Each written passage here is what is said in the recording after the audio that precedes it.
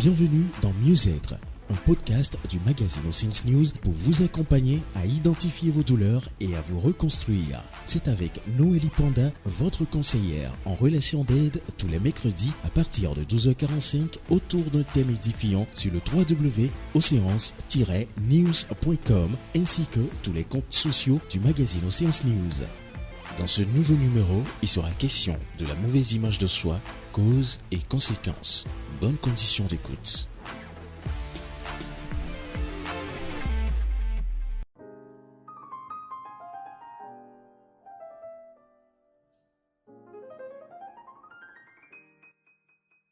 Bonjour, ici Noélie Panda, conseillère en relation d'aide.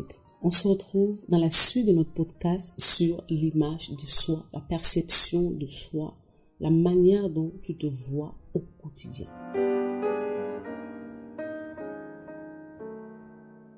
Dernièrement, je disais ceci à mes auditeurs, mes auditrices, que nous n'avons pas de problème relationnel. Nous avons des problèmes de notre passé, des blessures, des traumas, des douleurs, des schémas de répétition, des carences, des insécurités que nous ramenons dans nos relations et c'est ce qui nous cause des problèmes. Donc si vous vous retrouvez un jour devant un adulte qui a des comportements assez difficiles, assez compliqués, ne cherchez pas loin. C'est une personne qui traîne certainement des bagages lourds depuis son passé. Dans l'autre podcast, je vous parlais de ce bébé, de cette fille qui vient de naître, qui est abandonnée par ses deux parents. Imaginez à l'âge adulte ce que cet enfant deviendra si il n'arrive pas à trouver un cadre sain qui va pouvoir l'encadrer, lui donner l'amour, l'affection nécessaire pour pouvoir se construire comme il faut.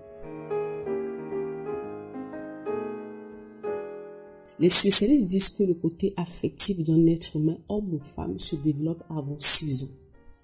Combien de mauvaises choses avons-nous reçues avant nos 6 ans? Combien de mauvaises paroles, combien de mauvais comportements, combien de mauvaises choses à laquelle nous avons été exposés pendant ce laps de temps.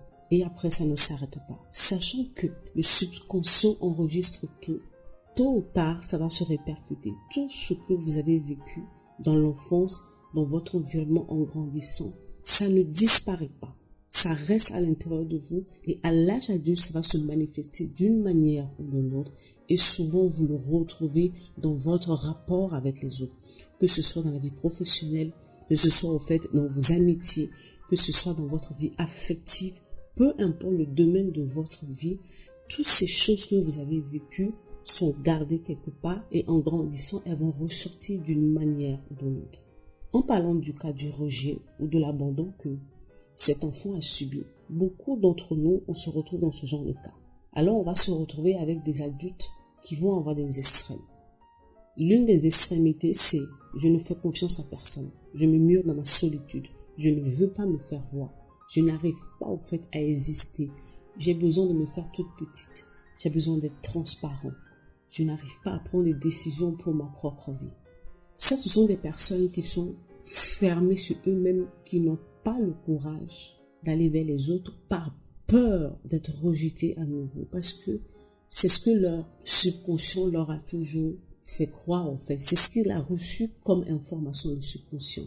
Et ce genre de personnes, c'est difficile d'interagir avec eux parce que tout ce que tu diras, tout ce que tu feras, ils le liront au travers de cette blessure, de ce filtre du rejet. Alors, c'est très compliqué d'établir une relation, peu importe la nature de la relation avec cette personne qui ont cette blessure du rejet. Et souvent, ils s'en rendent même pas compte, mais ils mettent en place des mécanismes qui les protègent pour ne plus souffrir du rejet. Mais en faisant cela, ils font du mal aux personnes qui sont à côté d'eux et ils se font du mal à eux-mêmes.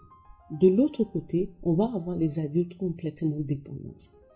Combien de fois on voit, que ce soit sur Internet ou les réseaux sociaux, à chaque fois où on parle des relations amoureuses, il y a foule. Les gens sont en souffrance dans les relations amoureuses. Les gens sont en souffrance dans leur rapport avec des autres, mais très peu arrivent à faire le lien avec leur propre histoire. Souvent, on a tendance à accuser l'autre. L'autre est mauvais, l'autre a fait ceci, l'autre a fait cela. Non. Souvent, on vient nous-mêmes dans nos relations, peu importe le type de relation, avec des carences. Et alors, Vu qu'on n'arrive pas à se comprendre soi-même, comment vous voulez comprendre l'autre qui est en face de vous? Nous sommes en train de parler de l'intelligence émotionnelle que beaucoup n'ont pas malheureusement. Soit on se retrouve devant un adulte qui est complètement fermé aux relations. Quand je parle de relations, c'est tout type de relations.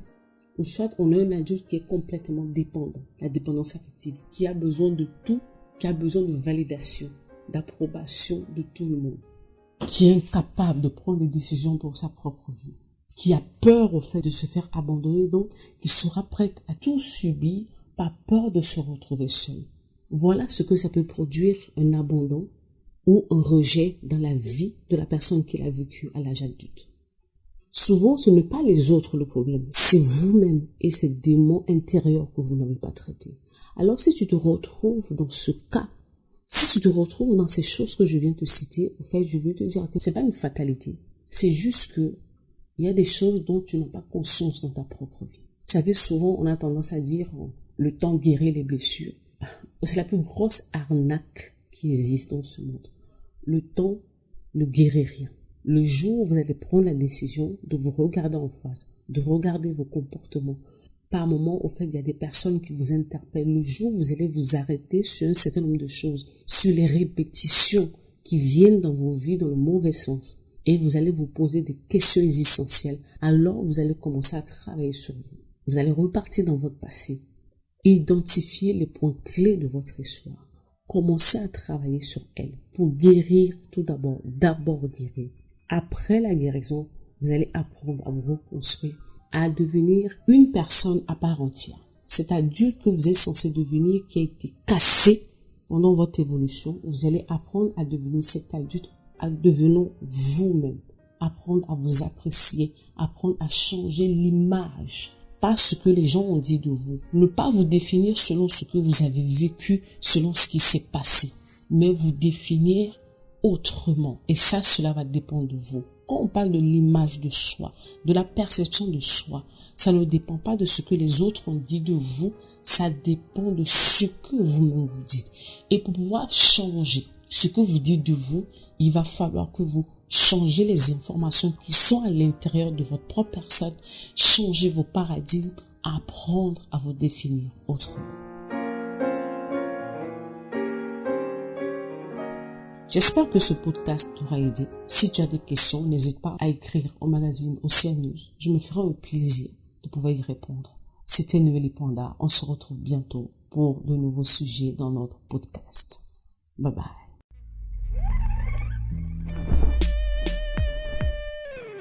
Ce podcast vous a été offert par le magazine Océan News. Si vous avez des questions, écrivez-nous à l'adresse contact@oceans-news.com. Rendez-vous mercredi prochain pour un nouvel épisode.